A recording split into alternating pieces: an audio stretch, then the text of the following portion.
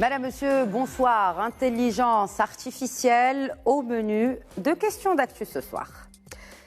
Ce cliché vient de remporter un prestigieux concours international de photographie. On va le voir être projeté dans quelques instants, il est là. Mais coup de théâtre, l'artiste Boris Eldagsen refuse sa récompense car ce chef-d'œuvre est généré par l'intelligence artificielle. Les juges n'y ont vu que du feu et de la créativité humaine. Pour le photographe, eh bien, l'IA n'est pas la photographie. Alors ce n'est certainement pas non plus la musique, l'écriture, le codage ou les forecasts de marché financier ou toute autre discipline où cette révolution excelle. La vitesse de son évolution, ou du moins ce que l'on en sait, crée le débat et attise les appréhensions.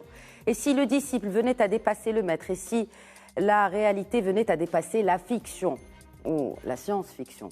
Pour Elon Musk, l'intelligence artificielle peut détruire la civilisation humaine. Il a d'ailleurs joint sa voix à celle d'experts en intelligence artificielle et d'autres CEO pour appeler à une pause de 6 mois dans le développement de systèmes plus puissants que le GPT-4 récemment lancé par l'OpenAI. La question qui se pose est la suivante. Que savons-nous réellement de l'IA? Et si ces prouesses qui font les unes des journaux n'étaient que l'arbre qui cache la forêt? Quelle place pour la régulation et surtout l'éthique dans cet univers parallèle? Et si les États-Unis et la Chine ont déjà pris des années-lumière d'avance ou dans le développement de l'IA, l'Europe semble dépassée. Que dire alors de l'Afrique ou encore du Maroc? Quels sont les métiers que cette révolution a ou va supplanter ou supprimer? Où en sommes-nous dans ce monde où peut-être demain ce sera un robot qui animera ce débat, cette émission? Alors en attendant, nous en parlons avec 3 experts déjà avec moi sur le plateau et c'est un plaisir de l'accueillir. Elle est directrice à l'école d'ingénierie digitale et d'intelligence artificielle à l'université Euromed de Fès. Bonsoir, professeur Maher Gmira. Bonsoir, merci pour l'invitation. Merci à vous de l'accepter, de répondre à nos questions et on en a beaucoup sur ce sujet très passionnant. J'ai également avec moi sur le plateau un passionné du sujet, un vétéran et un expert invétéré de la transformation numérique et en market technologie, Nabil Hafad. Bonsoir. Bonsoir, merci beaucoup pour l'invitation. Merci, marhaba, c'est un plaisir de vous accueillir. Et se joint à nous depuis Paris la présidente du AI Movement à l'université Mohamed VI Polytechnique. Bonsoir, Amal Fellah Saghrouchni. Bonsoir, merci pour l'invitation. Un plaisir d'être avec vous. Tout le plaisir est pour nous. Merci beaucoup et un plaisir de discuter de ce sujet qui fait couler beaucoup d'encre. Alors, que savons-nous réellement de l'intelligence artificielle, professeur Gmira? Effectivement, ça serait un très bon début. Je pense que la question pourrait être aussi comment on arrive aujourd'hui à rendre nos ordinateurs plus intelligents. Et la question fondamentale ici est celle de la connaissance. Donc, on peut se poser la question comment on parvient à transmettre une intelligence à un ordinateur. Alors, les spécialistes d'intelligence artificielle, on entend penser que c'était une transmission de la connaissance, comme un peu nous les humains, ce qu'on fait, un maître avec son élève, soit par l'habitude orale ou par l'écrit. Mais on s'est rendu compte que cette façon de faire ne fonctionnait pas avec les ordinateurs. Donc pourquoi? Parce que la partie de notre connaissance qu'on peut expliciter verbalement n'est qu'une infime partie de la connaissance que nous possédons. Et donc, toute la connaissance intuitive que nous avons, et malheureusement, elle nous est inaccessible parce qu'elle est inconsciente. Donc ça, c'est ce qui a poussé les spécialistes de l'intelligence artificielle à se tourner vers un nouveau paradigme, un paradigme dominant dans l'intelligence artificielle qui est « faisons apprendre à nos ordinateurs ». Et c'est ainsi qu'on a donné des mises en situation, des images, des paroles, des textes, et les ordinateurs sont parvenus à analyser, observer et donc comprendre à partir de ce qu'on leur donne. Et j'aime bien illustrer ça avec la physique intuitive. Donc un bébé de 2 ans connaît la gravité, il prend conscience de la gravité, sachant qu'à la naissance, il n'en avait pas conscience. Les parents à 2 ans n'ont pas expliqué les équations de Newton, mais quand même, il en a conscience. Donc c'est exactement cette dynamique-là qu'on reproduit avec les ordinateurs en leur donnant l'opportunité de comprendre eux-mêmes, par eux-mêmes, de situations et Ils d'images. comprennent jusqu'à quel point, justement? Jusqu'à quel niveau de compréhension ces ordinateurs sont arrivés aujourd'hui? C'est pour ça que je me dis, où en sommes-nous vraiment à ce jour? Aujourd'hui, c'est une compréhension mécanique. Vous avez commencé par parler de créativité. Aujourd'hui, la créativité n'existe pas. La créativité dans le sens l'innovation. Tout ce qu'on trouve, les tableaux, les peintures, les photos, les musiques. Il y a un morceau de deux artistes qui vient d'être supprimé des plateformes de streaming. Il a déjà été écouté des millions de fois. Oui. Et ce n'est ni Drake, ni The Weeknd, il me semble, ou un autre rappeur, qui n'ont performé sur ce morceau. Donc quand vous dites qu'il n'y a pas de créativité, là, vraiment, je suis sceptique. C'est de la mécanique. C'est de la créativité, mais mécanique. En fait, ce mot-là est très large. Mais en tout cas, ce que je peux vous dire, parce que je code tous les jours ces algorithmes-là, il s'agit d'instructions mécaniques pour reproduire un objectif qu'on veut optimiser, maximiser, minimiser. Donc, le background, toutes les coulisses, c'est de la mécanique, mais l'apparence peut sembler être une créativité quelconque. Et l'émotion peut être aussi traduite en mécanique. Est-ce que vous pensez qu'aujourd'hui, il y a une intelligence artificielle qui est capable de fournir une émotion ? Quand on voit les robots réagir avec des mimiques et des expressions faciales, ce qu'il y a de... Oui, exactement. Alors, une robotisation de l'émotion un peu, un tant soit peu. Oui, non, je suis parfaitement d'accord. C'est ce que je dis à mes étudiants. Il y a tout un mécanisme derrière. Des caméras qui détectent la chaleur du visage quand on rougit, quand on stresse, des capteurs qui détectent nos battements de cœur, qui voient nos pupilles se dilater. Toutes ces informations sont captées par des capteurs. Les humains ne voient pas. Tout à fait. Voilà. Et l'information est traitée et donc on réagit suite à cet ensemble de données qu'on a su collecter. Alors, nous avons avec nous une autre académicienne. C'est une chance d'avoir deux académiciennes avec nous pour vraiment bien comprendre. On fait certes de la pédagogie. Alors, professeur Amel Flah-Serrouchni, quand on parle d'intelligence artificielle, il y a aujourd'hui 3 types d'intelligence artificielle. Si vous pouviez nous en dire plus sur chacun de ces types, donc l'étroite, la générale et la super intelligence artificielle. Alors, je vais commencer peut-être par définir l'intelligence artificielle selon moi. Oui, bien sûr. Je pense que ça vaut la peine que les auditeurs ou les auditrices comprennent la genèse de l'intelligence artificielle. Et donc, en fait, pour moi, l'intelligence artificielle, je m'inscris complètement dans une école américaine qui, en 1956, a dit que l'intelligence artificielle, c'est cette intelligence qui va émaner de la reproduction de l'intelligence humaine. Ça veut dire quoi? Ça veut dire que si vous prenez un processus cognitif de l'être humain, si vous arrivez à le décortiquer, à bien comprendre comment il fonctionne, vous pouvez le reproduire. Donc, c'est une intelligence qui va être reproduite de façon artificielle dans la machine. Je vous donne un exemple. Si l'humain, une partie de l'intelligence humaine vient, par exemple, de la perception. On voit des choses et on voit ce que c'est. Si on arrive à décortiquer le modèle de perception et à le plugger dans la tête de la machine va être capable de percevoir. C'est ce qu'on trouve ce matin en passant par Orly. Je suis passée devant le paraphe. Le paraphe, il me reconnaît. On a reproduit cette fonction qu'on appelle cognitive, qui est la perception et la reconnaissance faciale. Et c'est juste un exemple. Vous prenez l'abstraction. Comment est-ce qu'une machine peut abstraire des données? Comment la machine peut classifier des données? Toutes ces fonctions-là, à un niveau élémentaire, vont être agrégées dans des fonctions plus complexes pour créer ce qu'on appelle l'intelligence. Un robot qui va se mouvoir, qui va bouger, qu'est-ce qu'il va faire? Il va intégrer plusieurs composantes. D'abord, il faut qu'il comprenne son environnement, donc il le perçoit. Ça veut dire quoi qu'il le perçoit? Il est capable d'éviter un obstacle. Un enfant, parfois, quand il est tout petit, il ne sait pas ce que c'est qu'un obstacle. Un robot, il apprend à éviter des obstacles. Un robot, il apprend à faire de la navigation autonome, c'est-à-dire à bouger dans un espace de façon tout à fait autonome, sans l'intervention d'un humain, etc. Donc, agréger toutes ces fonctions élémentaires dans des fonctions plus complexes, c'est ça qui donne la force et la puissance à l'intelligence artificielle. Alors le robot, c'est juste une incarnation d'un ensemble de fonctions cognitives. C'est-à-dire que si vous prenez toutes ces fonctions, vous les mettez dans un chatbot, vous avez un chatbot intelligent, ou dans un robot, ou dans une voiture, ou dans un drone, etc. Il y a la partie cognitive fonctionnelle, et puis il y a la partie support matériel, qui va être le robot, la machine, l'ordinateur, etc. Et quand vous dites que vous mettez ces informations, professeur Sorlochny, vous faites allusion à qui? Qui va mettre ces informations dans ces chatbots? Ben c'est nous, c'est les développeurs, c'est les gens qui font de l'intelligence artificielle. Okay. Alors, qu'est-ce qu'on a voulu faire avec ça? Il y a 4 écoles en intelligence artificielle. Il y a celle qui dit il faut faire de l'intelligence, il faut faire des machines qui sont capables de penser comme des humains. Et là, on va se concentrer sur des questions de raisonnement, de réflexion, etc.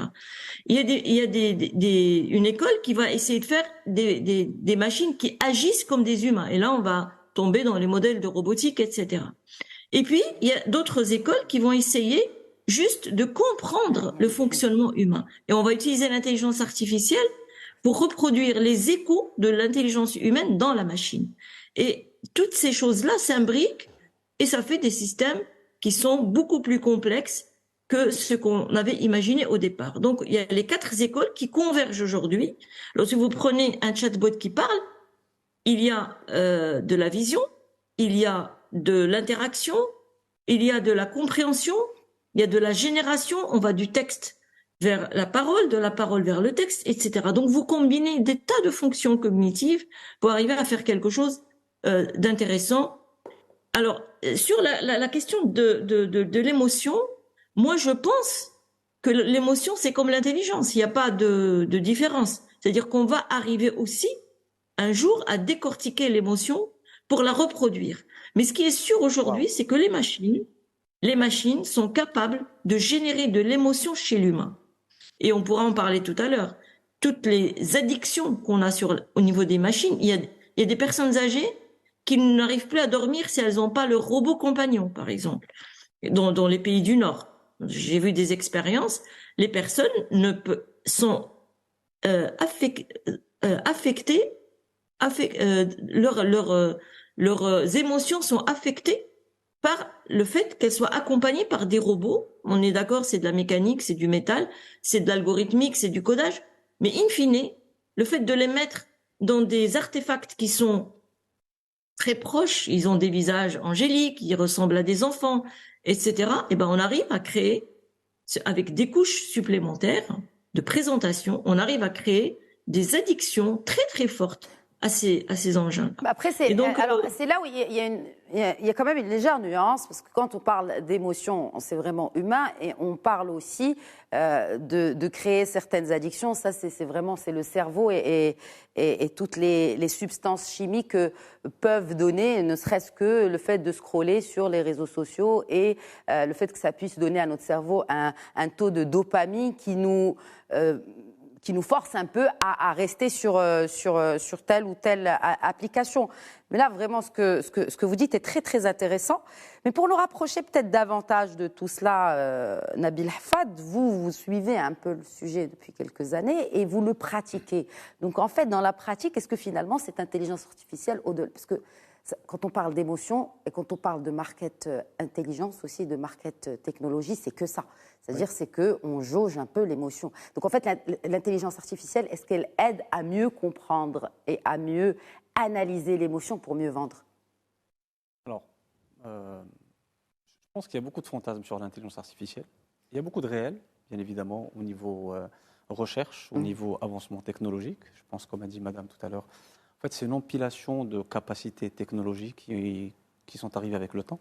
Et quand on les combine, on arrive à faire des choses qui nous donnent le sentiment qu'on se rapproche du fonctionnement humain, des capacités humaines. Parce que finalement, selon les écoles, soit on a envie de ressembler à un humain, faire des intelligences artificielles qui ressemblent aux humains, auquel cas, en tout point. Donc, dans les capacités cognitives, on a toute une palette. L'émotion en est une. Enfin, ce n'est pas une capacité cognitive, mais c'est une des capacités humaines qu'on a envie de reproduire dans le cadre de l'IA. Soit on a envie de le surpasser, d'être plus intelligent que ce que peut produire un humain à son échelle individuelle. C'est le transhumanisme? Ça, c'est plutôt le courant qui pense que la mort est juste un problème mathématique qu'on résout et technique, et ça va bien au-delà. Ça va bien au-delà. Mais pour répondre à la question, il y a une grosse recherche et un gros travail qui est fait pour pouvoir reproduire au maximum les émotions. Ce qu'a dit Madame tout à l'heure, c'est simplement tout ce qu'on arrive à décortiquer, à modéliser, ce qu'on arrive à expliquer, à mettre quelque part en étape, avec des paramètres, avec des variables. On est capable de le reproduire par de la technologie, que ça peut être de l'IA ou que ça peut être autre chose. Ouais. Donc l'IA aujourd'hui va faire la même chose. Elle s'est attaquée à des choses qui sont... En fait, l'IA est en train de s'attaquer au fur et à mesure à des compétences humaines, des plus basiques aux plus avancées. Et c'est tout à fait logique, c'est un peu dans l'ordre des choses. Donc elle s'est attaquée à des choses que l'humain faisait, la capacité de lire, de reproduire ce qu'on lit, par exemple, on est capable de la faire. La capacité de synthétiser, on est capable de la faire. La capacité de produire du texte à partir de référentiels, pas du néant, parce que l'intelligence artificielle ne produit rien du néant. Elle prend des choses existantes sur lesquelles elle s'appuie. Elle a une capacité de calcul, c'est ce que disait Mme Guebela tout à l'heure. Elle a une capacité de mécanique, de production. Donc, toutes ces compétences qu'on est capable de récupérer, l'IA est en train de les développer et à grande vitesse. La capacité de générer de l'image, la capacité de générer du son. En fait, tout ça, quand on les met de bout en bout, c'est un peu ce que est-ce qu'on connaît aujourd'hui, encore une fois, je reviens à la même question d'Nabil Hafad, est-ce qu'on connaît la limite de cette capacité-là ? Est-ce qu'on connaît la limite de cette capacité ? Est-ce qu'on connaît déjà où sont arrivées ce genre de capacités que vous évoquez ? En tout cas, depuis le début de l'année 2023, on voit bien qu'il y a une accélération qui est quand même exponentielle des sorties d'applications de technologies, d'éléments de laboratoire sur l'évolution de l'IA. L'IA est en train de connaître une nouvelle ère, en gros. C'est ancien comme sujet, c'est pas nouveau comme sujet. Oui. Mais là, on a à peu près tous les paramètres. On a la masse de données. On a la capacité de calcul, on a l'évolution des algorithmes. Aujourd'hui, les algorithmes qui sont derrière les IA sont de très très haut niveau, très très développés. On a aujourd'hui les géants qui sont en train de se battre dessus, donc qui, à coût de beaucoup d'argent, sont en train d'investir pour pouvoir prendre les devants. Enfin, on a toutes les conditions et on a aujourd'hui, maintenant avec ChatGPT, on a la population dans le monde qui commence à devenir réceptrice et qui accepte. Je pense que quelque chose s'est passé en janvier 2000, qui adopte et qui se dit finalement cette IA fantasmagorique dont on nous a parlé, qui risque de nous bouffer notre job et la vie. On voit aussi des applications concrètes qui sont utiles pour nous dans notre quotidien, qui vont nous faire gagner du temps, qui vont nous permettre d'être plus productifs. Donc quelque part, il y a une ouverture qui n'existait pas avant. Il y avait quand même une forme de repli, une forme de crainte par rapport à l'IA. Maintenant, il y a plutôt une forme d'intérêt de la part des gens. Tout le monde a envie de tester les outils qui génèrent des images, du son, de la musique, de l'activité artistique. Tout le monde est dedans aujourd'hui. ChatGPT, c'est 1 million d'utilisateurs, je crois, en une semaine, si je ne dis pas de bêtises. C'est la croissance la plus fulgurante d'une technologie dans le monde. Oui, mais là, ça pose problème, ce ChatGPT. Ça pose problème pour la propriété intellectuelle, ça pose problème pour la créativité, ça pose problème pour la littérature, même. Après, encore une fois, ce sujet-là, on peut toujours le regarder de deux manières. En général. Mais la manière éthique, est-ce que l'éthique a sa place dans ce sujet, dans ce domaine, dans cet univers parallèle, comme je disais dans mon édition ? L'éthique doit être au centre de ce qui est en train de se passer. C'est pour ça qu'il y a un mouvement d'appel pour qu'on freine un petit peu et qu'on puisse se poser les bonnes questions avant que tout ça sorte du champ du contrôle. Mais l'éthique doit être au centre de tout ce qui va se faire dans l'IA. ChatGPT et l'école. Professeur Guebela. Oui, alors permettez-moi de rebondir un petit peu sur ce que mes collègues ont dit. Oui, naturellement. Donc aujourd'hui, les systèmes d'IA que vos téléspectatrices et téléspectateurs certainement connaissent et utilisent, j'aimerais peut-être les mentionner, puis, parce que j'ai l'impression qu'on donne à l'IA beaucoup plus de capacité qu'elle n'en a réellement. Et donc, par exemple... Qu'on en connaît réellement. Qu'on en connaît, oui. Loin de moi les théories complotistes, mais je me dis qu'on n'en sait pas grand-chose. Tout à fait, justement, ce genre d'émission, et c'est justement l'opportunité d'expliquer au grand public un petit peu ce qui se passe au niveau de la recherche scientifique. Donc, prenons par exemple les outils de traduction. Oui. Donc, nous avons certainement utilisé un jour ou l'autre. Alors, aujourd'hui, la compréhension sémantique des algorithmes d'intelligence artificielle est très performante. Sur du texte simple, la machine performe aussi bien que l'homme. Donc, ce qui posera problème ensuite de l'existence même de ce métier-là. Mais on en reviendra certainement avec vous plus tard. Oui, c'est sûr. Mais ensuite, la question, c'est qu'on a donné des textes, on a fourni à des systèmes d'IA des textes qui nécessitent une compréhension du monde. Et là, ils ont échoué. Voilà. Donc là, c'est une limite très importante. Qu'est-ce que vous entendez par compréhension du monde ? Une compréhension sous-jacente du monde, donc de l'interaction entre les humains, de l'interaction entre l'objet et l'humain, des choses que pour nous, c'est un réflexe, c'est naturel, et pour un outil de traduction, ça ne l'est pas. Donc, dans des textes comme ça, où il y a des enjeux de compréhension du monde, là, ils échouent complètement. Okay. DeepMind, il y a quelques années, a inventé un programme, a développé un programme qui a battu AlphaGo, les meilleurs champions au monde. C'était pour nous, les scientifiques, c'était une révolution. Et par contre, quand on regarde ça de plus près, d'abord, les chercheurs ont su mettre des règles, expliquer les règles du jeu à l'algorithme. Est-ce qu'aujourd'hui, tout ce qui nous entoure peut être explicité par des règles? La réponse est clairement non. Deuxièmement, ce programme-là, aussi performant soit-il dans ce jeu-là, il est complètement stupide dans toutes les autres tâches. Aujourd'hui, autour de ce plateau, nous sommes des multitâches, nous savons beaucoup de choses et nous en faisons la preuve ce soir. Un troisième exemple, le traitement d'image, parce que justement, Madame Filas-Rochny en avait parlé.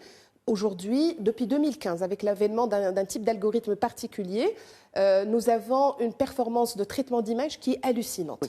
Par contre, scientifiquement et techniquement, c'est pour ça que je vous dis, techniquement, quand on analyse le taux d'erreur, il est similaire entre l'homme et la machine. Incroyable. Mais analysons de plus près les erreurs que commet l'humain et la machine. L'homme, quand il voit une image, quand il n'arrive pas à détecter l'objet, c'est parce qu'il ne le connaît pas. Exemple, une race d'un chien, il connaît 20 races, mais cette race-là, il lui échappe. Donc c'est une non-connaissance. La machine, quant à elle, elle fait des erreurs parce qu'elle a appris sur beaucoup de choses. Donc cette race-là, certainement, elle peut la détecter. Mais tout ce qui est encore là, je reviens à mon premier point, tout ce qui est compréhension du monde dans l'image, elle faillira. Et c'est un taux d'erreur qui semble similaire. On peut dire a priori que la machine performe aussi bien que l'homme, mais en réalité, le type d'erreur que les deux commettent, c'est un type d'erreur complètement différent. Et je peux bien sûr citer beaucoup d'exemples, mais l'idée est de dire aujourd'hui, vous aviez demandé jusqu'où aujourd'hui l'intelligence artificielle peut aller. Honnêtement, c'est une question en toute sincérité à laquelle on ne peut pas répondre aujourd'hui. Les développements technologiques vont à une vitesse hallucinante.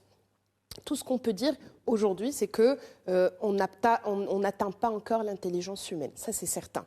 Mais les développements sont fulgurants et il faut s'attendre avec les développements des capacités de calcul, du stockage de données, des données même, à beaucoup de bouleversements technologiques dans les prochaines années. Alors, justement, ce bouleversement technologique, est-ce que vous, en tant qu'universitaire, vous y êtes préparé? Parce que de par le monde, le sujet crée débat par rapport à l'éthique aussi de l'enseignement. Est-ce qu'on a... Cette question est fondamentale. Est-ce que l'IA est un outil d'enseignement? Est-ce que c'est un... Parce que finalement, il y a deux enjeux à cette question-là. Aujourd'hui, j'ai la chance d'enseigner dans une école qui est complètement dédiée à l'IA. Et ce n'est pas la seule. Il y en a d'autres, beaucoup de programmes qui vont beaucoup de curricula, beaucoup de programmes, beaucoup de cours transversaux qui sont aujourd'hui implémentés dans plusieurs universités. Et ça, c'est très bien parce qu'il faut dire que l'IA, ce n'est pas l'apanage des codeurs. Je pense réellement que l'IA va impacter beaucoup de métiers et qu'il faut que le médecin sache ce que c'est que l'IA, parce qu'il sera demain confronté à un scanner avec de l'IA là-dedans. Et il faut que l'infirmier le sache, il faut que le technicien mécanique connaisse et des connaissances de base de l'intelligence artificielle. Donc je pense aujourd'hui, c'est clair, la vision de l'enseignement supérieur aujourd'hui va dans le sens il faut éduquer ce qu'on appelle le digital literacy. Il faut donner un minimum de connaissances digitales à l'ensemble de la communauté universitaire. Mais le vrai travail se fait bien en amont. Il y a une logique digitale, moi j'appelle ça, je ne sais pas si le mot existe, qu'il faut inculquer à nos petites filles, à nos petits garçons dès leur plus jeune âge. Le paradigme a changé, on ne peut plus enseigner de la même façon aujourd'hui.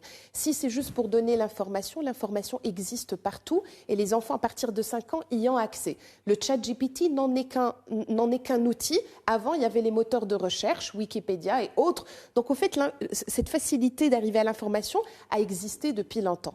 Aujourd'hui, il faut se poser la question comment nous, corps professoral, comment tout le système éducatif peut réorienter les efforts d'enseignement vers la méthodologie, vers l'esprit critique, vers comment résoudre un problème dans un contexte industriel, une vraie problématique réelle, plutôt que de juste trouver la solution à la variable X ou Y. Que l'intelligence artificielle peut résoudre en quelques secondes. Très bien, ou même exactement. dans le codage. Oui, bien sûr. Aujourd'hui, ChatGPT ou GPT-4 peuvent générer un code complet, bâtir un site web. Maintenant, la question du ChatGPT est une question qui, pour moi, en tout cas dans ma tête, c'est tranché. il faut absolument pas en faire un ennemi. Il faut trouver, c'est beaucoup d'efforts Mais pour... pourquoi on dit que ChatGPT-4 est dangereux? Pourquoi Elon Musk et d'autres CEO et d'autres experts en intelligence artificielle disent que stop, il faut arrêter pendant 6 mois parce que ça devient de plus en plus dangereux et ça menace la civilisation. Alors, vraiment. Bon, on connaît le style un peu du milliardaire Elon Musk et puis ses sorties médiatiques un peu fracassantes, mais là, il y a des questions à se poser quand même sur ChatGPT-4. Alors sachez juste, parce qu'il y a une semaine, j'intervenais pour expliquer un petit peu la position de ce moratoire-là. Et il y a quelques jours, il a annoncé qu'il avait fondé une compagnie complètement dédiée à l'IA. ChatGPT. Donc il y a des enjeux... Défenseurs, même sur Twitter, non seulement de la liberté d'expression, mais de la véracité de l'information. En tout cas, que ça soit intéressé ou pas intéressé, aujourd'hui, la question du moratoire est une question pour moi qui est tranchée. Il est juste non réaliste, irréaliste de penser qu'on peut freiner la recherche scientifique. Par contre, je suis d'accord qu'aujourd'hui, la recherche en IA est très en avance par rapport au progrès d'éthique et l'accompagnement éthique de cette intelligence artificielle. Et sur ce point-là, je suis parfaitement d'accord. Aujourd'hui, il faut faire un effort, il ne faut pas arrêter, il ne faut pas freiner. De toutes les façons, nous n'en avons pas les moyens. Très bien. Qui peut aller vérifier dans un centre de recherche que les chercheurs en hold on et qu'ils ont arrêté de coder. Donc ça, alors, est-ce qu'on en a les moyens? Est-ce qu'on a les moyens? Parce que le débat est également juridique. Est-ce qu'on a les moyens de réguler tout cela, professeur Amel Fellah, en sachant que le patron de Google, Sundar Pichai, appelle à une régulation de la technologie, en connaissant bien sûr que effectivement ces technologies. Il y a plusieurs choses. Là, on parle de l'IA, et pour moi, l'IA, c'est pas le digital, hein, c'est encore autre chose. Donc depuis tout à l'heure, j'entends la logique digitale. Elle doit être l'IA, c'est la figure de proue du digital. Donc en fait, on est un cran au-dessus des problématiques du digital classique. Alors, qu'on veut réguler l'IA, c'est pas nouveau, hein. Nous, on a commencé. Mais est-ce qu'on régule déjà le digital pour réguler l'IA? Parce que c'est là où se pose la question. Parce que quand le patron de Google dit qu'il faut réguler tout cela, en connaissant bien sûr le passif des GAFA dans l'utilisation de données personnelles, là, il y a vraiment des questions à se poser, et voire même sur l'intention d'un patron de Google de dire qu'il faut réguler l'intelligence artificielle. En fait, moi, je pense qu'il faut séparer deux choses. Quand on veut réfléchir à ces questions-là, il faut un petit peu se débarrasser, si je peux m'exprimer ainsi, des effets d'annonce. Parce que si Google veut réguler l'IA, elle avait qu'à payer ses 2,7 milliards de dollars quand elle a été condamnée par la Commission européenne parce qu'elle ne respecte pas la neutralité dans les moteurs de recherche. Donc voilà, Elon Musk, c'est la même chose. Ils veulent faire une pause pour qui? Pour ceux qui n'ont pas commencé, pour nous. Mais eux, ils sont déjà largement avancés. C'est un effet d'annonce, c'est un buzz, et on l'a bien vu. Ça n'a pas duré plus d'une semaine. Il a créé une boîte qui va faire la même chose. Alors, je veux dire, je pense que si on veut discuter sérieusement, il faut un petit peu se débarrasser de ces effets d'annonce et aller en profondeur. Alors maintenant, si on veut aller en profondeur, l'éthique de l'intelligence artificielle, c'est un souci qui a démarré il y a un certain temps déjà. C'est pas aujourd'hui avec ChatGPT. Je vous rappelle que la COMEST, qui est la Commission mondiale de l'éthique des sciences et technologies de l'UNESCO, avait fourni un premier rapport sur l'IA, la robotique, dans les années 2017, entre 2017 et 2019, qu'il y a eu 3 années de travail sur une régulation par un groupe ad hoc d'experts au niveau mondial. Et il y a eu la première, disons, le premier texte normatif qui est sorti en 2021, qui a été agréé par 193 États membres. Donc on parle pas, on n'est pas à l'échelle d'une boîte ou d'une entreprise. On parle au niveau de 193 États membres de l'UNESCO. Et donc, ces textes-là, le Maroc était un des premiers. Le Maroc a signé, il y a un an maintenant, un peu plus d'1 an, pour déployer ces recommandations éthiques. Donc, il faut remettre un peu les choses en perspective. Les réglementations de l'IA, j'entends, et pas de la donnée, parce qu'il y a le RGPD aussi, il y a d'autres choses. Les réglementations de l'IA, l'idée de remettre de l'éthique dans l'intelligence artificielle, il n'y a pas que l'UNESCO, il y a l'OCDE, il y a tous les organismes, la Commission européenne qui a planché sur le sujet. Tout le monde est convaincu depuis belle lurette que l'éthique de l'intelligence artificielle est une question sérieuse et qu'il faut la traiter en profondeur. Donc voilà, c'était juste ça que je voulais dire. On peut rentrer dans les détails, des recommandations de l'éthique de l'UNESCO, je les connais par cœur, mais c'est pas l'objectif. Ce que je veux dire par là, c'est que aujourd'hui, on a l'impression de découvrir l'intelligence artificielle. Moi, j'en fais depuis 30 ans. Oui. Et il y a des gens qui en font depuis bien avant. Donc, les premiers réseaux de neurones datent de 1942. Qu'est-ce qui a changé? À chaque fois, il y a des nouvelles success stories qui rencontrent le grand public. On a eu Kasparov avec le jeu d'échecs, on a eu le jeu de Go, l'année dernière, il y a eu le jeu de bridge. C'était toujours cantonné à des niches sociétales, parce que tout le monde ne joue pas aux échecs, on est bien d'accord. Tout le monde ne joue pas au bridge. Donc, le public. Mais est-ce que ce grand public, est-ce qu'il est prêt, est-ce qu'il a été préparé à ce que aujourd'hui, ou peut-être même hier, comme vous le dites, l'IA remplace des métiers, voire même pousse vers la précarisation de certains emplois? Quand on parle, quand Goldman Sachs parle de 300 millions d'emplois qui risquent de disparaître à cause ou grâce, je ne sais pas, en tout cas avec l'IA, c'est que on l'a pas vu venir, même si le développement de cette technologie ou de cette révolution se fait depuis quelques années, on l'a pas vu venir, cette vague de remplacement de plusieurs métiers. En fait, on se rend pas compte que les métiers ont déjà commencé à être remplacés. Là, ChatGPT, comme je vous l'ai dit, c'est une rencontre avec le très grand public, parce que on a mis dans les mains des gens un outil facile qui va les aider à se débarrasser de tâches lacunaires. Faites-moi une synthèse, écrivez-moi un communiqué de presse, donnez-moi un article sur ça. Moi, j'ai des doctorants à Paris 6, donc à Sorbonne Université, qui rédigent leur thèse en utilisant ChatGPT. Mais ils l'utilisent d'une certaine manière. C'est-à-dire, ils l'utilisent comme un outil qui va les aider, comme un Wikipédia upgradé, qui est très puissant. On est d'accord? Il peut écrire des bouts de code, il peut organiser des tâches, il peut faire plein de choses. Et donc, tout le monde, moi, je pense même que le commun des mortels n'arrivera pas à tirer profit au maximum de ChatGPT, parce que ça commence à devenir très compliqué de l'utiliser. Mais l'outil de base, tout le monde va lui poser des questions, il va avoir des réponses. À minima, tout le monde va arriver à faire ça.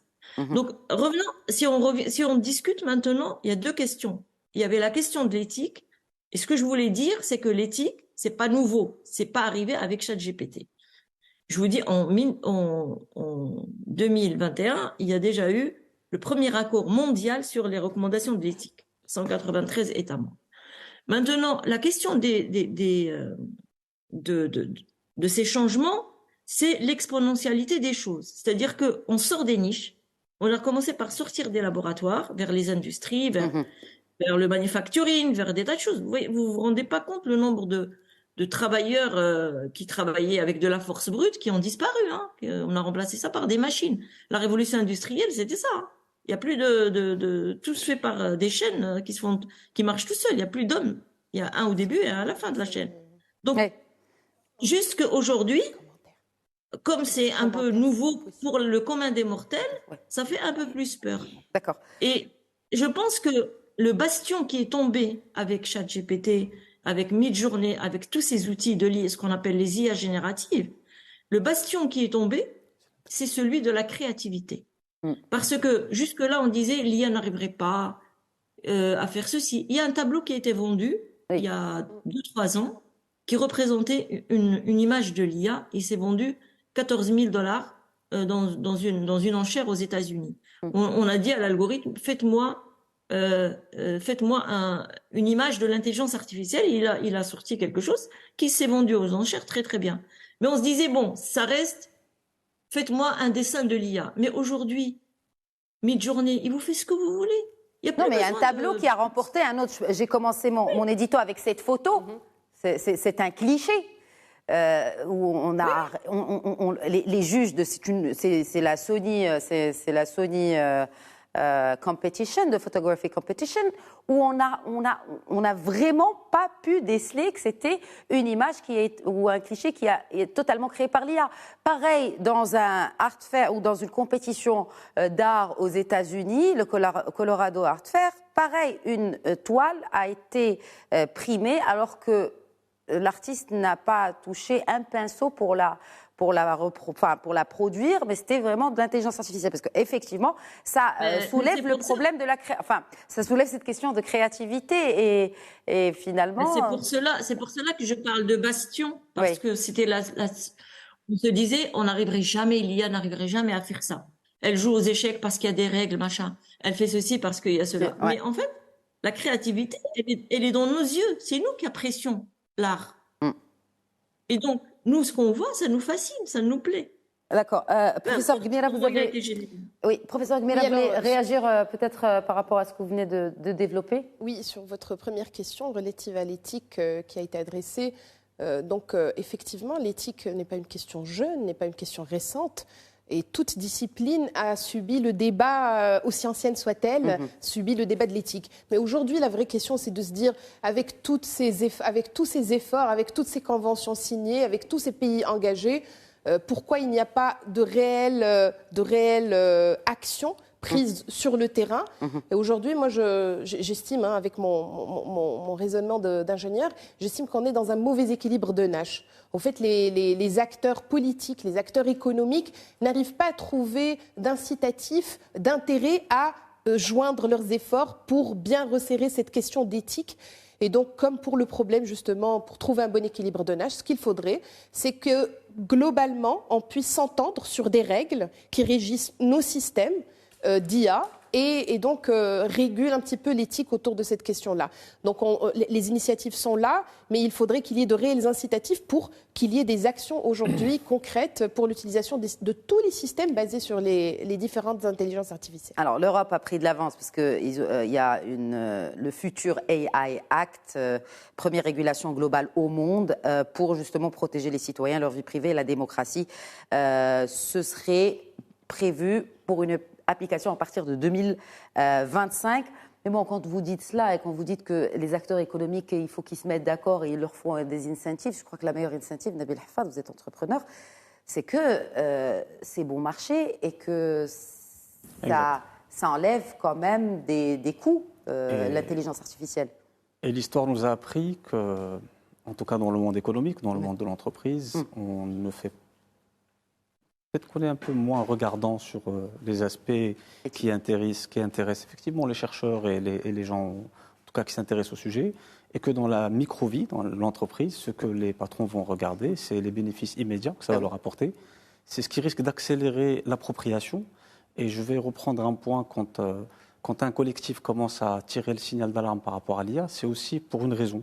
C'est qu'aujourd'hui, on va de plus en plus bâtir des technologies basées sur ces IA-là, qui vont être des boîtes noires qu'on va intégrer dans plein de choses dans le monde, et arrivera un moment où il y aura quelques acteurs qui vont redevenir centraux, comme sont devenus les GAFA centraux à un moment donné, la phase de digitalisation du monde. Donc c'est exactement ce qui est en train de se jouer encore. Comme OpenAI qui risque de remplacer un Google, par exemple. On est un peu dans cette tendance, même s'il y a beaucoup de recherches, même s'il y a beaucoup de nouveaux modèles MLL, modèles à large, je parle sous le contrôle de la pro, qui sont en train de se développer, beaucoup d'écoles pour pouvoir permettre d'avoir des équivalents de ChatGPT. Mais il y a une grosse course aujourd'hui à celui qui arrivera à s'installer le plus vite, à devenir un peu le plus indispensable. Mais il ne faut pas oublier qu'on embarque dans la plupart du temps dans de nouvelles applications qui servent à notre quotidien, à notre travail, à nos industries, à la santé, à tout. Des bouts de choses qui sont complètement opaques, qu'on ne maîtrise pas, dont on devient dépendant. Et c'est peut-être ça qui fait peur aujourd'hui. La crainte qu'on a par rapport à cette accélération de l'IA, c'est aussi le fait qu'à un moment donné, je fais le parallèle. Quand on fabrique un système, une technologie quelle qu'elle soit, on en connaît un peu tous les composants. On les prend, on les assemble et on crée quelque chose. On crée un système d'information, on crée une technologie qui nous sert à quelque chose. Ça reste quelque chose qu'on maîtrise, dont on maîtrise un peu tous les composants. Finalement, quand quelque chose ne marche pas bien, on est capable d'enlever quelque chose et de la remplacer. Là, on est quand même dans une autre configuration. On est dans une configuration où on crée de l'intelligence basée sur l'intelligence d'autrui, entre guillemets, basée sur quelque chose qui a été fait ailleurs, dans des laboratoires, par des chercheurs, dont eux maîtrisent les fondamentaux. D'ailleurs, dans la dernière communication de nos amis d'OpenAI, ils ont été relativement discrets sur la nouvelle version ChatGPT 4. Autant ils étaient prolixes sur les anciennes pour pouvoir fédérer le monde, mais une fois qu'ils sont arrivés à un seuil de pénétration suffisamment important, je pense qu'ils ont fait marche arrière pour ne pas raconter et expliquer à la communauté scientifique de l'IA Qu'est-ce qui est embarqué dedans? Donc en fait, une des grandes craintes, c'est d'abord celle-là. C'est de dire demain, on va créer beaucoup de nouveaux systèmes intelligents et on va embarquer quelque chose dont on va créer de la dépendance et dont on ne connaît pas l'objectivité aussi, le degré d'objectivité. Dont on ne connaît pas l'efficacité réelle. Dont on connaît les enjeux internationaux et géostratégiques, et on voit la Chine, les États-Unis. Merci. Le deuxième point aujourd'hui, c'est que la régulation, oui, l'éthique, oui, mais derrière, il y a une course au pouvoir. Il y a une course à l'information. Et aujourd'hui, il n'y a pas photo. Il y a une vraie course au pouvoir. Il y a deux grands pays qui sont dans cette course au pouvoir, c'est les États-Unis et la Chine, en priorité. Et il y a le reste du monde qui se bagarre pour essayer de trouver une place. Je pense que la picture telle qu'on peut la lire, c'est celle-là. Et je ne pense pas aujourd'hui que ni l'un ni l'autre va abandonner les avantages qu'il a acquis dans le temps. Parce qu'aujourd'hui, on est en 2023, on voit ChatGPT, mais c'est l'émanation de quelque chose qui a commencé il y a des dizaines d'années de recherche, d'investissement. Il n'est absolument pas question aujourd'hui de venir freiner, pas du tout. Au contraire, quand on a une avance, on a envie de l'exploiter.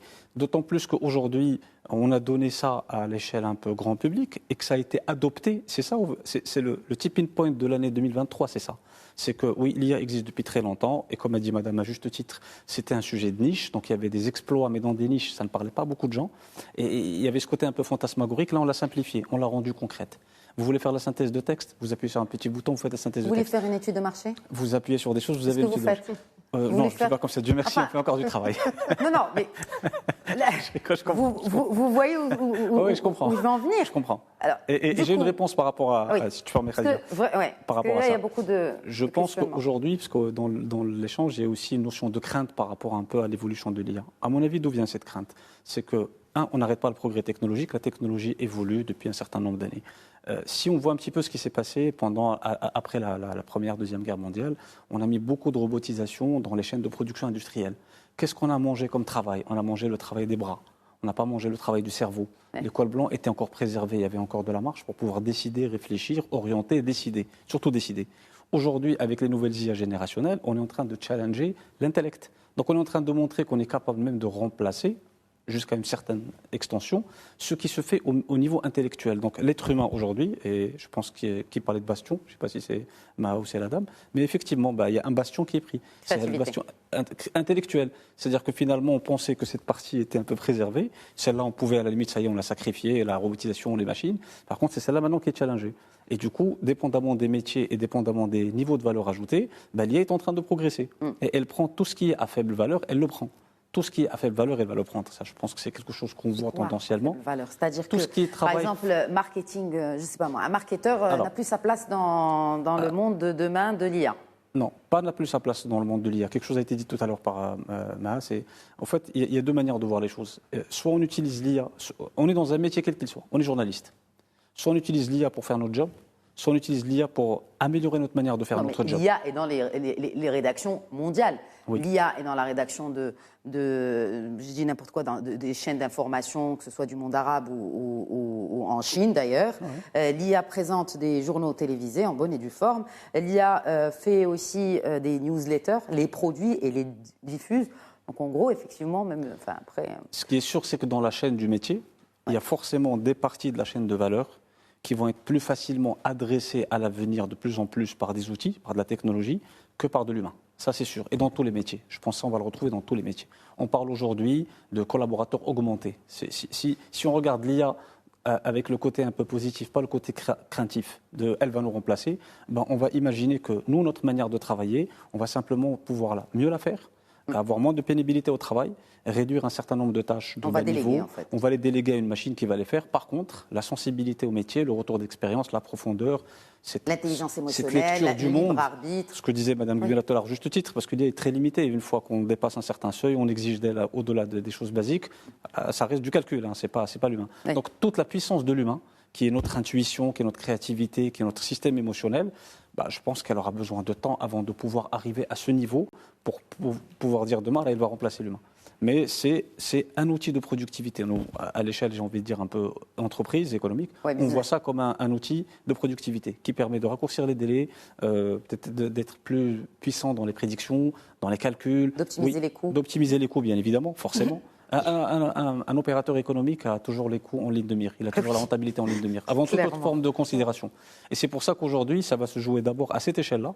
Et c'est cette échelle-là qui va conditionner l'autre échelle. Ce n'est pas l'inverse. C'est intéressant parce que ce serait bien qu'on finisse ce débat avec le cas Maroc. Vous avez parlé d'optimisation des coûts. Il y a une start-up qui s'est spécialisée justement dans la gestion des carrières par l'intelligence artificielle. Et d'ailleurs, une bonne levée de fonds qui vient de s'opérer, annoncée à la mi-mars, de 6 millions de dirhams. Bon, pas beaucoup, mais en tout cas, on voit que par exemple des fonds comme CDG Invest commencent à s'investir et à investir dans ce genre de start-up marocaine. Un petit mot justement sur l'évolution de l'IA au Maroc. Alors, professeur Guimera. Oui, merci de me donner la parole. J'aimerais juste peut-être, étant dans mon rôle d'universitaire, dire que moi, je crois fondamentalement qu'aujourd'hui, le message à faire passer aux téléspectatrices et aux téléspectateurs, c'est de dire qu'il y a un effort, une adaptation à faire en tant que société, en tant que système d'éducation. Mais je ne pense réellement pas. Je pense qu'il faille ce soir rassurer un petit peu l'ensemble des métiers. J'aime beaucoup, Sinabil, ce que vous dites. Effectivement, le médecin augmenté, le journaliste augmenté, vous savez, malgré tout ce que moi je peux produire, je n'arriverai jamais à remplacer cette intuition que vous pouvez avoir à travers l'ensemble des expériences, les connexions que vous pouvez faire. Et je peux vous assurer ce soir qu'aucun système d'IA ne peut le faire, en tout cas pour le moment. Effectivement, soyons conservateurs. Soyons conservateurs, c'est une bonne qualité de scientifique. Donc moi, je pense aujourd'hui c'est une question de société, il faut trouver le moyen d'adapter l'ensemble des métiers, parce que tous seront impactés, l'ensemble des métiers, à utiliser les nouvelles technologies, à les adopter et non en avoir peur, à ne pas en faire un ennemi, mais plutôt un allié pour optimiser sur plein de... Maintenant, je retourne à la question du Maroc. Aujourd'hui, je trouve que l'écosystème est très favorable à l'émergence d'une IA. D'ailleurs, je n'ai pas besoin de parler du futur. Aujourd'hui, avec le centre d'Amel, avec l'école que je dirige, avec les fonds d'investissement, avec un ministère qui met de l'IA et du digital un peu partout. Donc tout à l'heure, il faut pour les petites filles, enfin pour l'éducation, il faut distinguer. L'IA, on ne peut pas l'apprendre quand on a 5 ans, 6 ans. On peut apprendre des principes de base, les principes sous-jacents, mais ensuite, il faut se spécialiser quand on arrive à la formation universitaire.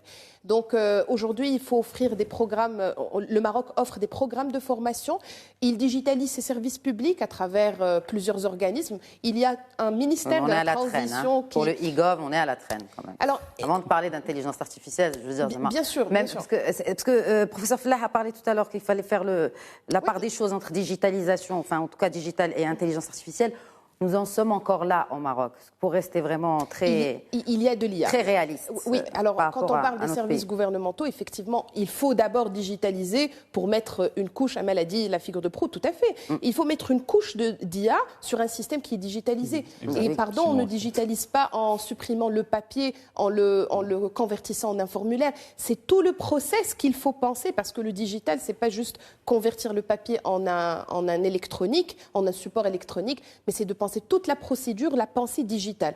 Maintenant, je suis convaincue, je suis peut-être optimiste, mais moi je pense qu'aujourd'hui, on a des start-up en agriculture qui font de l'IA, on a des start-up en industrie qui font de l'IA, on a nos jeunes qui ont de brillantes idées, on a un écosystème universitaire qui est très favorable.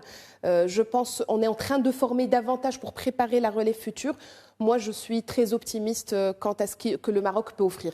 D'autant plus que l'IA a cette particularité, je finirai par ce point, les autres disciplines ont toujours requis beaucoup d'investissements, d'infrastructures dispendieux. L'IA aujourd'hui, un jeune peut le faire de son bureau, chez ses parents.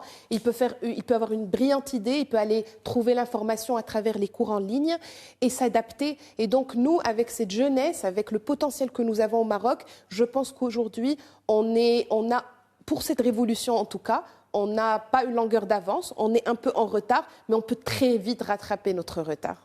Un dernier mot là-dessus, Amel Fellah Sarrouchni, et ce mouvement d'intelligence artificielle au Maroc. Alors, nous, on a créé le mouvement AI, qui est le mouvement pour l'intelligence augmentée. On fournit des cursus très divers. On forme des jeunes. On a un master junior pour les 8-14 ans. Et on les forme à l'intelligence artificielle, la robotique et les objets connectés. Et on a des masters exécutifs pour les personnes qui sont déjà en entreprise, qui ont fait une carrière entrepreneuriale, etc., sur l'intelligence artificielle et sa gouvernance, parce que c'est un mot dont on n'a pas parlé aujourd'hui, dommage, Mais la gouvernance de l'IA, c'est un sujet qu'on devrait traiter à part entière. Alors, moi, j'aime bien dire que il ne faut pas avoir peur de l'IA. L'IA ne va pas te remplacer. Par contre, celui qui saura utiliser l'IA pourra le faire. Et donc, aujourd'hui, la maîtrise. Poutine avait dit en 2017, celui qui dominera le monde, c'est celui qui dominera l'intelligence artificielle. Et je pense qu'aujourd'hui, rester sur le digital, ce n'est pas, il faut pas faire les choses de manière séquentielle. Je pense qu'il faut leapfrogger, il faut faire de l'IA tout de suite, à très grande échelle, dans les classes, les petites classes, les classes moyennes, les lycées, les collèges, comme ça se fait un peu partout dans le monde. Vous parlez du Maroc, professeur Fellah. Oui, je parle du Maroc. Le Maroc doit se prendre à bras le corps cette question d'intelligence artificielle et nous, on a essayé avec des 8-14 ans, ça marche très bien. Ils ont aucun problème. Ils programment des robots, ils font de la navigation, ils font plein de choses. Ils font des algorithmes d'intelligence artificielle. Bien sûr, simplifiés, mais ils le font. Donc aujourd'hui, nos jeunes, nos petits, ils sont capables d'avoir de l'IA dans les écoles. Et je dis qu'il faut s'inspirer des expériences internationales pour faire la même chose, ou mieux. Parce que former les classes codes, former des enfants à l'IA dès l'âge de 8 ans, ça se fait un peu partout maintenant aujourd'hui.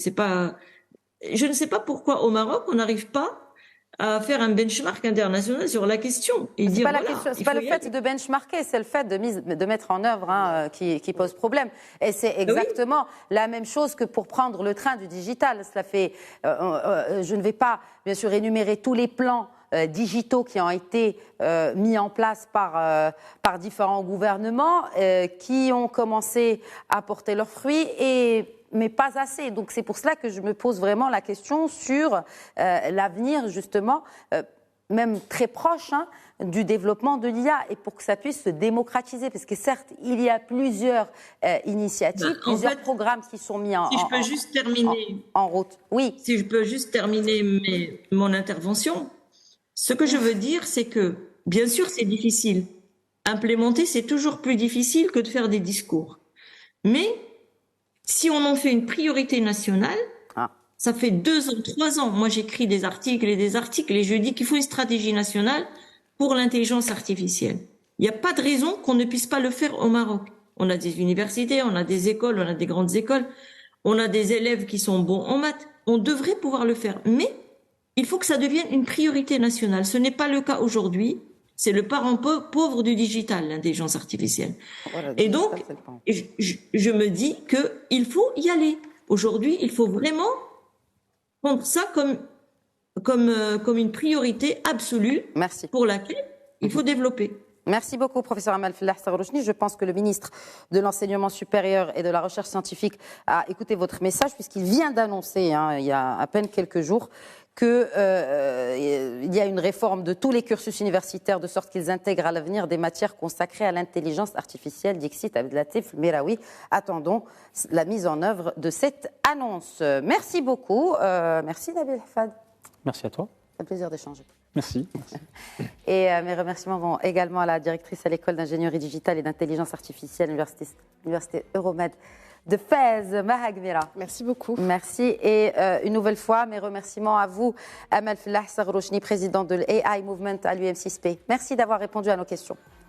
Merci beaucoup. Bon après-midi. À vous également. Merci à vous pour votre fidélité à Questions d'Actu. Nous sommes encore là, en chair et en os. On ne sait pas de quoi demain sera fait. En tout cas, c'est toujours un plaisir pour nous que de traiter de sujets aussi passionnants et aussi d'actualité. Très bonne soirée.